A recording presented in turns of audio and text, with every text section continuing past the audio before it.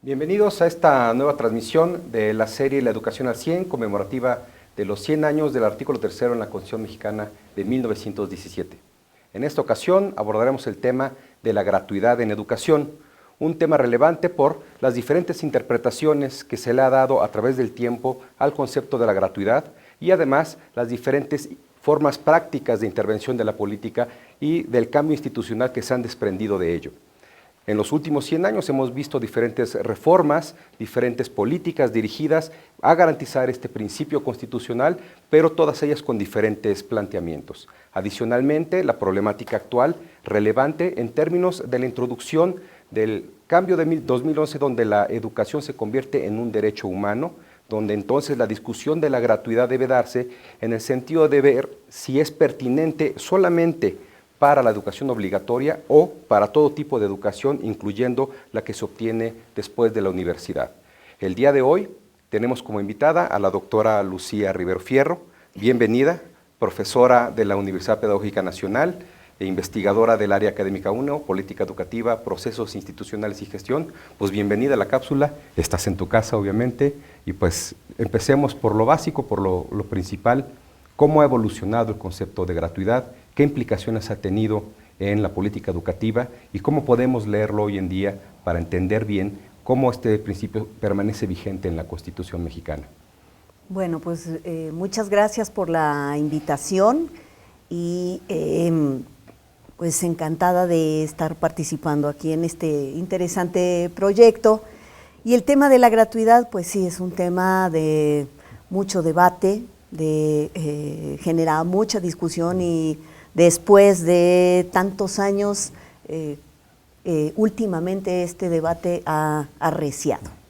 Bueno, creo que primero que nada valdría la pena comentar que este principio de gratuidad, un principio claramente liberal que no solamente está presente en nuestra Constitución, sino en otras constituciones de otros países, otras naciones, pues aparece en texto constitucional pues desde el siglo XIX, fines del siglo XIX, posterior a la redacción de la Constitución de 1857. Y este es un principio que se adopta en la Constitución de 1917 junto con otros preceptos que tienen un origen esencialmente filosófico, ¿no? Digamos que expresa el artículo 3º la filosofía de una nación con respecto a lo que considera que debe ser la educación para todos los mexicanos. El asunto es que siendo un principio establecido desde hace tantos años en la Carta Magna de este país, ha sido objeto también de múltiples interpretaciones ya a la hora de traducir esta noción de gratuidad, que quizá la época en que se haya aplicado de manera más literal fue lo que se conoce como el periodo de la educación nacionalista, primero socialista y luego nacionalista, la época de la unidad nacional, donde tenemos un desarrollo de instituciones, a la par también de una expansión notable de la matrícula. Las instituciones van creciendo, los servicios, los materiales, los libros de texto gratuitos, y efectivamente tenemos un periodo bastante largo donde estas cuestiones relativas a proveer de lo necesario, materiales, recursos, infraestructura, la creación, por ejemplo, del Comité de Administración de Escuelas como entidad federal, pues contribuye a que el país crezca en muy poco tiempo, la cantidad de la oferta educativa, el número de escuelas. Y bueno, podríamos decir que ese es como el periodo de bonanza de lo que se entiende por gratuidad. Una fuerte inversión del Estado para tener una población creciente, pero aquí cabe aclarar que la demanda educativa principal se centra en la primera instrucción. Así es. Lo que conocemos como educación primaria, ¿no? Primaria, claro. Primaria. Pero hay un cambio en la interpretación porque, según entiendo, en el 17 las discusiones del legislativo para establecer el principio de gratuidad y el de laicidad conjuntamente, como principios importantísimos en ese momento, era quitarle el monopolio de la educación a la Iglesia, principalmente a la Iglesia Católica. Claro. Entonces, competir con la Iglesia Católica en brindar educación era como el principal objetivo en ese momento. Y tienes razón, ya en la década de los 30, después de la reforma de 34, con Lázaro Cárdenas, y bueno, y un poquito antes, la expansión del sistema educativo se convirtió en uno de los ejes principales de la política educativa, donde la gratuidad ya estaba, digamos, institucionalizada como principio a partir del cual debería crecer el sistema educativo. Pero ahí hay un cambio, digamos, ¿no? Yo creo que hay un cambio porque no entendían, yo me imagino, no habría que estar ahí en esa época para saber, pero yo me imagino que no estaba en las mentes de los legisladores del 17 la idea de una expansión tan importante del sistema educativo, simplemente la de competir con la Iglesia en el monopolio, o sea, quitarle el monopolio de la educación a la Iglesia, que era un principio distinto. ¿O tú cómo lo verías? Bueno, en un principio, aquí creo que hay algo muy importante. Efectivamente, no podemos estar presentes ni regresar en el tiempo a esos debates. Saber, ¿no? Sin embargo, sí hay manera de seguirle la huella al debate público. Una cosa es esta discusión de un congreso que pues ya con una perspectiva política y después de una gesta revolucionaria, pues asume el poder y una de sus tareas fundamental, su tarea fundamental legislar, se hace en función de una perspectiva de afianzamiento de ese principio de laicidad, que en realidad pues, ya era una discusión que traía mucho camino andado, articulado con el tema de la gratuidad y de la obligatoriedad, ¿no? Que son como los tres principios en los que se sostiene la Constitución. Digo que no necesitamos estar ahí porque, por otro lado, podemos también, por otras fuentes, mirar el tipo de debate que esto generó en la sociedad, cómo es que tenemos reacciones frente a la definición de esta gratuidad y sobre todo muy expresamente la intención de la separación Estado-Iglesia, ¿no? Un Estado, la secularización formalizada en una Constitución, genera reacciones. Y hay grupos, obviamente, que se oponen a no solo a esta definición de 1917, sino todas las posteriores reformas constitucionales han tenido reacciones de grupos conservadores que cuestionan esta formulación de la Constitución. Pero pues esto es una cuestión eminentemente política. Creo que sería equivocado pensar que la definición de las leyes, y en este caso la Constitución, es un asunto meramente jurídico o meramente legal. Tiene una historia política, un trasfondo político, y obviamente lo que se aprueba o lo que se acuerda tiene también consecuencias sociales. Va a haber reacciones, pues solo recordemos la Guerra Cristera, ¿no? Una situación de reacción en algunos casos virulenta que se opone a las definiciones en algún momento de los poderes públicos, en este caso del poder legislativo. ¿No será también que en cada reforma lo que acompaña al texto constitucional que complementa el principio de gratuidad también tiende a reconvertir el significado y el fondo del sentido de gratuidad? Porque si vemos la redacción y las discusiones que se establecieran en el Congreso del 17 con el constituyente Lizardi versus las que hacía Bosques en el 34, pues claramente el primero tenía un principio mucho más de secularizar al Estado y el segundo de darle una función social al Estado. Entonces, las redacciones posteriores que acompañan tal vez sí buscan cambiar o complementar, ¿no?, el texto. No es una cosa meramente jurídica, como lo dices, pero sí tiene implicaciones de fondo, ¿no? Sí, pero esto enmarcado, es decir, de dónde viene o cómo, a partir de que se toma la decisión, considerando que ya llevamos 10 reformas encima, en toda la historia del artículo 3, pues se ha reformado en 10 ocasiones.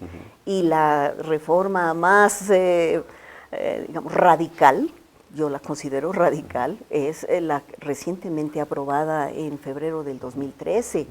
Entonces, sí es cierto, ha habido cambios, ajustes, se incorporan, por ejemplo, En algún momento hay temas prioritarios, que es lo que lleva a tomar la decisión, temas prioritarios en la agenda pública, pero que no surgieron de la nada. Son temas prioritarios bien porque se conectan con la demanda de algún sector social o con también la misma composición política, las fuerzas políticas que finalmente terminan imponiendo también ciertos enfoques dentro de la agenda o ciertos temas prioritarios. ¿Qué tenemos en el tema de la gratuidad específicamente? Yo te comentaba hace rato, es que el tema de la gratuidad, desde la tercera reforma, o sea, ha cambiado de lugar como fracción séptima, cuarta, pero la redacción es básicamente la misma. La educación que ofrezca el Estado será gratuita. Es todo lo que dice. Y hasta la fecha es todo lo que dice. En ese término. En ese término, digamos, Sí. en la parte donde sí. hay una definición al respecto, fracción cuarta del artículo tercero. Pero resulta que, yo insisto en esta dinámica política dentro del mismo Congreso y como eso impacta afuera a la sociedad, se han ido debatiendo otros temas que por la vía de los hechos han derivado en una dificultad o en un conjunto de dificultades para dar cumplimiento a ese principio de gratuidad. Claro. Y en esas discusiones, esa fracción no se ha movido y sin embargo, en el camino ha habido muchas reformas, una de las penúltimas antes de llegar a la del 2013, precisamente se conecta con una discusión internacional y nacional sobre el tema de los derechos humanos, la conservación, el respeto a los derechos humanos. Y en digamos, legislaciones y acuerdos internacionales, lo que es el trabajo, la educación, la salud, son algunos de los derechos consignados como humanos. Sí, ya en la Constitución mexicana. Exactamente, y en la Constitución mexicana ese debate derivó precisamente en una reforma que conecta y reconoce a la educación como un derecho humano. Ahora, esto no es que genere nada más, además de una legislación secundaria para dar cumplimiento a los ordenamientos constitucionales, pues sabemos que la lógica es que después de la legislación secundaria se definen instituciones, se definen normas para operar, se definen programas, se definen organismos. En ese camino no es solo una cuestión de interpretación de quienes diseñan la política. Yo creo que el asunto de la interpretación, los desdoblamientos, las variantes y las transformaciones que va sufriendo esto, pasa por el tamiz de los diversos actores y sectores que están involucrados no solo en el diseño de la política, sino en su puesta en marcha y sobre todo en el tema de los derechos humanos. Hay algo muy interesante porque es un reclamo de la sociedad, los legisladores recogen esto, lo plasman en el artículo tercero y es muy interesante ver cómo esto para muchos ciudadanos se ha convertido en un medio para quejarse ante las comisiones de derechos humanos estatales y nacional de que se está violando su derecho humano porque les cobran cuotas. Por supuesto. Entonces, sí. Pongo esto como ejemplo porque creo que la cuestión es mucho más compleja. Sería necesario, analizando el tema de la gratuidad, pues ir mucho más allá del texto constitucional, porque si nos constreñimos a eso, pues tenemos que, o llegamos rápido a la conclusión de que o no se cumple o el Estado no ha hecho lo necesario para. Claramente Entonces, el Estado no ha hecho lo necesario y eso tiene una deuda, claro, yo creo claro. que desde el inicio del 17 sí. no ha sido suficiente, ¿no? Pero algo se ha avanzado, tú lo señalaste, la expansión del sistema claro. Fue muy importante en la década de los 30, 40, todavía en los 50. Yo creo que se estabiliza en los 70 y en los 80 claramente hay un freno a la expansión. Sí, ya. Sin embargo, por ejemplo, hoy en día la discusión sí, y qué bueno que lo toca, se reconvierte con el tema de los derechos humanos, ¿no? Así Porque ahora, inclusive, y te lo pregunto, el debate sería si sigue siendo pertinente hablar de gratuidad cuando la educación ya es un derecho humano, porque esto, desde una perspectiva, superaría el tema de la gratuidad, siendo que la gratuidad se circunscribe, o al menos así se ha interpretado, a solo la educación obligatoria, es decir, hoy en día hasta el bachillerato. Claro. Pero si con la reforma del 2011, si la educación en abstracto es un derecho humano, el Estado tendría que garantizártelo. Claro. Hasta el posgrado, el postdoctorado y a toda edad, ¿no? Es decir, yo a lo mejor cualquier persona, no yo, cualquier persona en la etapa última de su vida probablemente decida estudiar un doctorado más, ¿no? Claro, y tendría que ser gratuito, esa es la cuestión, por ser un derecho humano. A ver, es muy relevante y da pie, la pregunta da pie además a una discusión que podría tener múltiples derivaciones. Hay un texto muy conocido de una autora de apellido Tomaszewski que habla precisamente del asalto al derecho a la educación en este contexto de la discusión internacional sobre este tema de la educación como un derecho humano.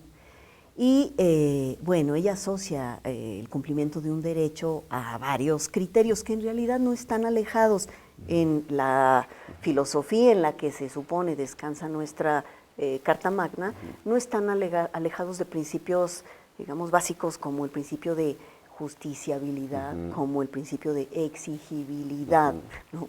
Ciertos elementos que... Y resarcimiento. Y resarcir cuando pues el Estado no cumpla, sí. no esté cumpliendo con este derecho, o de asegurar las condiciones para que los ciudadanos tengan acceso plenamente al ejercicio de este derecho.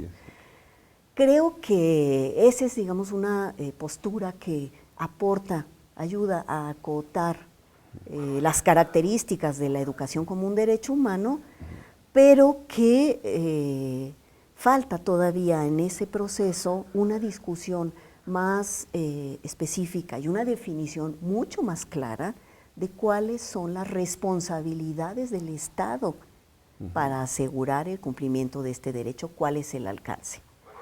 Y esto, bueno, finalmente es una dimensión desde la que podríamos tratar de acotar de algún modo las leyes.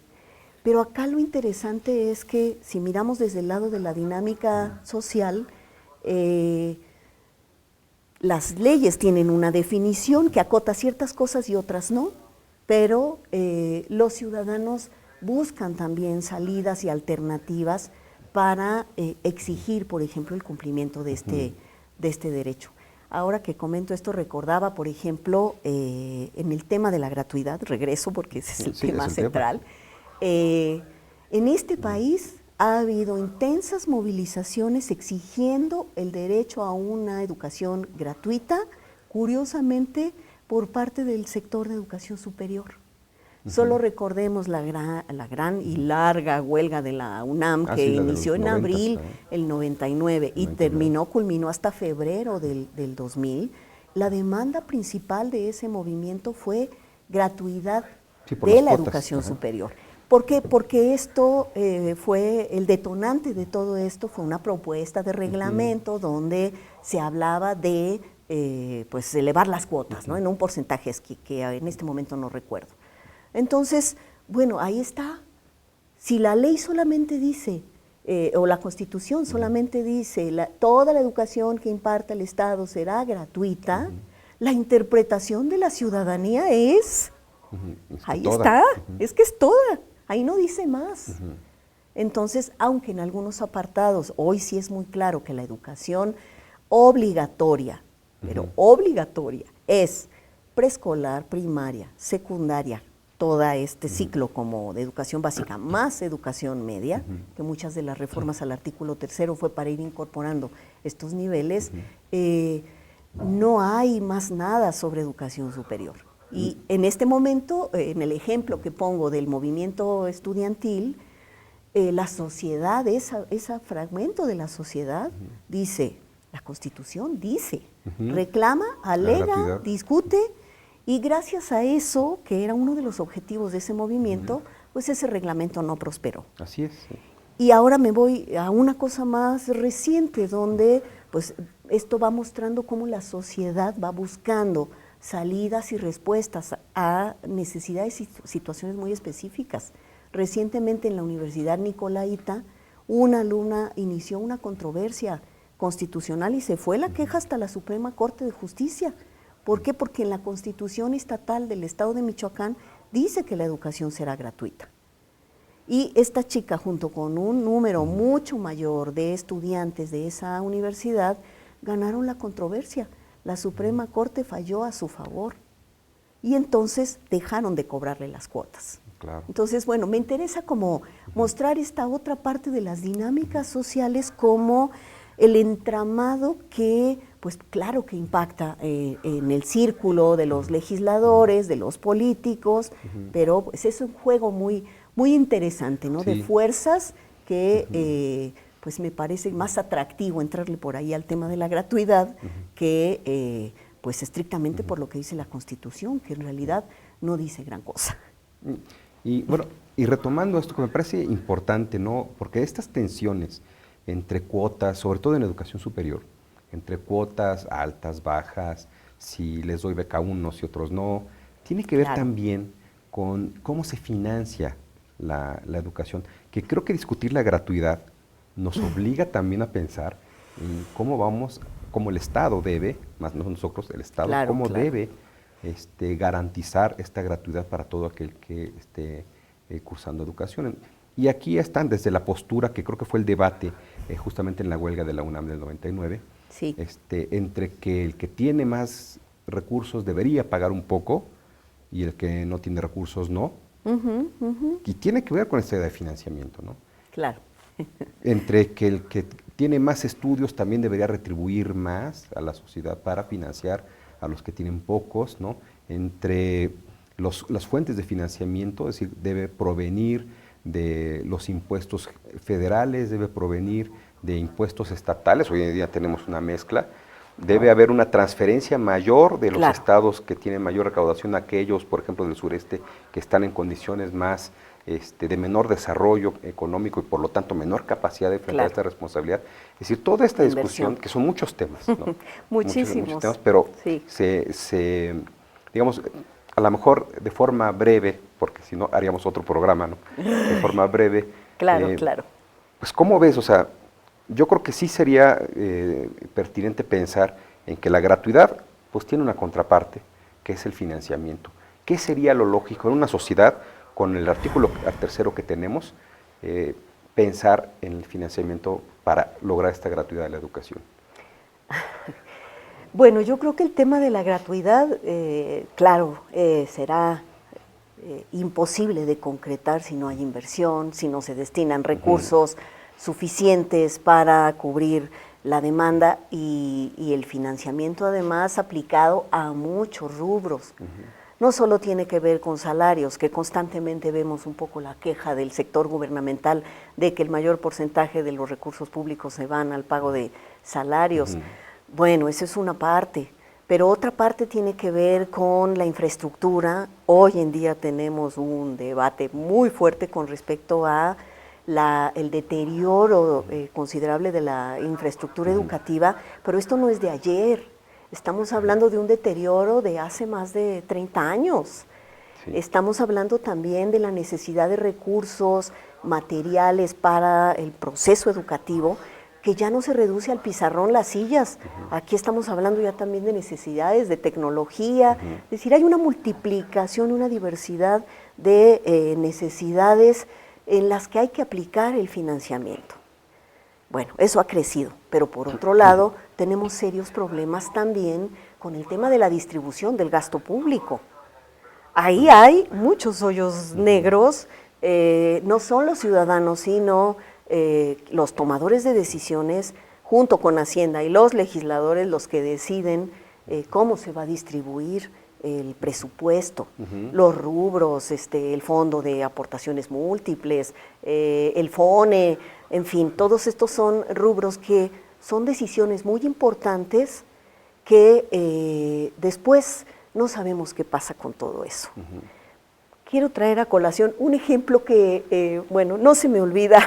Cuando esta administración inició su gestión, en los medios se publicó la noticia de que los libros de texto gratuitos estaban plagados de errores, en alguna parte se imprimieron unos libros en unas revistas pornográficas, un escándalo público.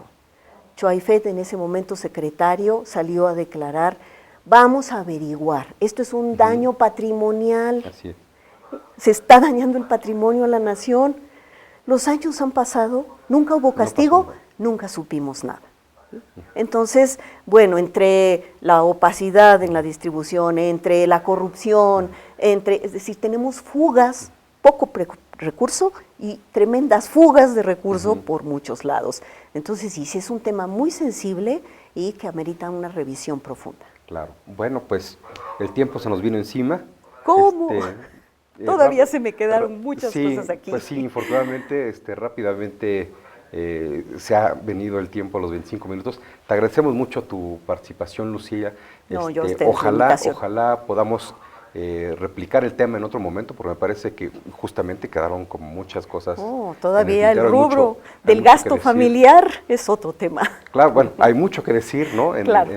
Sobre todo en el tema de la gratuidad y en general, seguir hablando de educación. Ojalá este sea un buen pretexto. Bueno, pues agradecemos a las personas que amablemente han seguido esta serie y pues nos vemos en la siguiente con temas igualmente interesantes. Gracias, Lucía, y gracias a todos. Gracias.